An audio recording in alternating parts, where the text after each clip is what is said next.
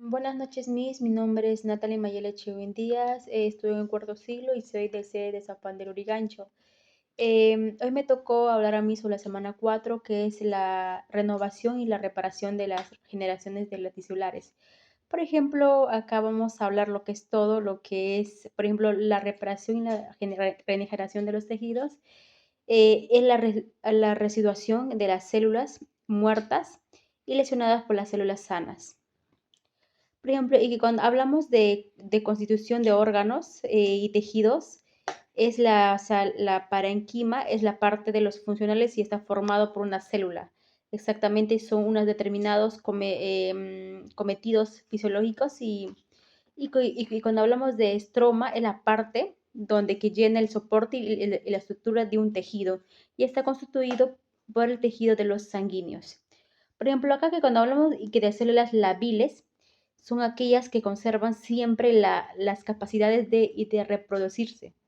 Y que cuando hablamos también y que de las células estables, o sea, son los que conservan lentamente su capacidad de reproducirse durante la vida. Por ejemplo, también cuando hablamos de las células permanentes, son las multiplicas en las que se vida posttartal. Por ejemplo, otro también sería que cuando están dañadas son sustituidas por tejidos conjuntivos. Y que cuando hablamos de también, o sea, cuáles son su clasificación, también estaría lo que es lo que es el cicatrización de primera o unión. Por ejemplo, y que cuando hablamos y que de secuestra la cicatrización de primaria, también se refiere a que cuando da una iniciación quirúrgica causa y la muerte de un número limitado de células epidilemias y conjuntivas. Y también que cuando hablamos y que de secuencias en las cicatrices primarias, también estamos hablando de lo que es las semanas y meses de siguiente los sucesos dispositivos y los colágenos comprimen las delicadas paredes vasculares y provocados en la conclusión de expresión y herida introducida. ¿Y cuáles son entre la diferencia de la cicatrización primaria? Por ejemplo, son mayor pérdida de tejido y también puede ser abundancia y resto necrotícticos. Y, por ejemplo, exudadas inflamatorios y también deben eliminarse. Otro también podría ser mayor duración de proceso. ¿Y cuáles son sus factores y de las relaciones de la reparación? Por ejemplo, podría ser en ese caso y que la edad del paciente son trastornos de que pueda trastornos de que puede generar. Por ejemplo, aquí cuando hablamos también de factores especialmente relacionados con la reparación de orden, también son lo que es el riego sanguíneo y también podría estar la localización de la herida.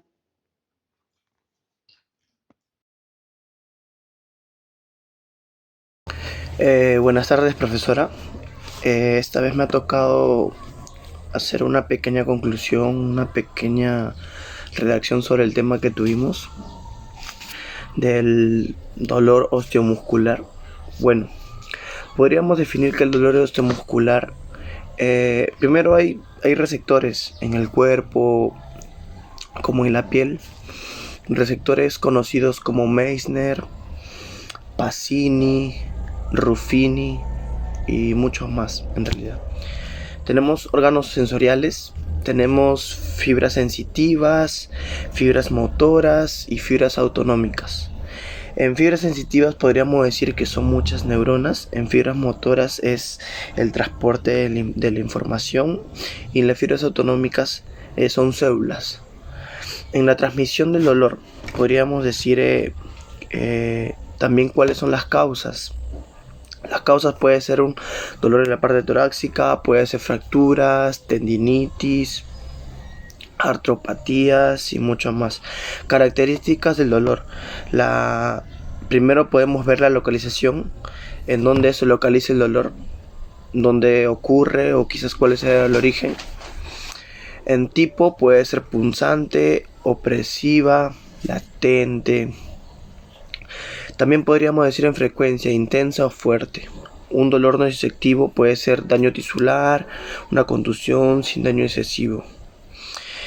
En conclusión, este tema es muy importante en realidad para nuestra carrera porque nos enseña cómo se origina una patología, cómo, cómo es el proceso del dolor, de la inflamación, porque en realidad son muchos procesos lo que ocurre con nuestro cuerpo cuando sufrimos alguna fractura o alguna lesión. Bueno, eso sería todo. Muchas gracias. Buenas tardes, profesora. Mi nombre es Aurelia Carvajal y voy a hablar de la osteoporosis. ¿Qué es la osteoporosis? Bueno, es una enfermedad que ya sabemos, sin síntomas, y se caracteriza por la disminución de la densidad de los huesos a causa de la pérdida del tejido óseo normal. Esto nos conlleva una disminución de la resistencia del hueso frente al autotraumatismo de carga, con la consiguiente aparición de fracturas. El hueso es un tejido vivo, como sabemos, en constante renovación. Por un lado se forma el hueso nuevo, que es la formación ósea, y simultáneamente se destruye el hueso envejecido, que es la reabsorción ósea. Yo tengo acá un ejemplo que, bueno, primero voy a resumir lo que acabo de decir, que quiere decir que la cantidad de hueso formado por los osteoblastos es menor a la destruida por los osteoclastos. Eso quiere decir, bueno, como lo decía, la osteoporosis es cuando el hueso se vuelve más poroso, aumentando en su amplitud. Este es un hueso normal, Esto de acá son las celdillas normales de un hueso, y esto ya es un hueso poroso. Ha aumentado el número de celdillas, su amplitud de celdillas que existe en su interior están más delgadas y frágiles, y por eso se resisten a los traumatismos, fracturándose fácilmente, con facilidad, y se localiza mayormente en qué zona del cuerpo. Acá tengo una ayuda que sería, mayormente se localiza en lo que es columna vertebral, zona dorsal, en las caderas, en las manos y en los pies. Esas zonas mayormente donde se da la osteoporosis. Y se recomienda hacernos una densitometría ósea, que consiste en la utilización de dosis bajas de rayos X para observar el área del cuerpo donde más o menos puede ver el grado de nuestra masa ósea, ¿no? Esta es donde puede mostrar ¿no? si nuestro hueso tiene pérdida de minerales.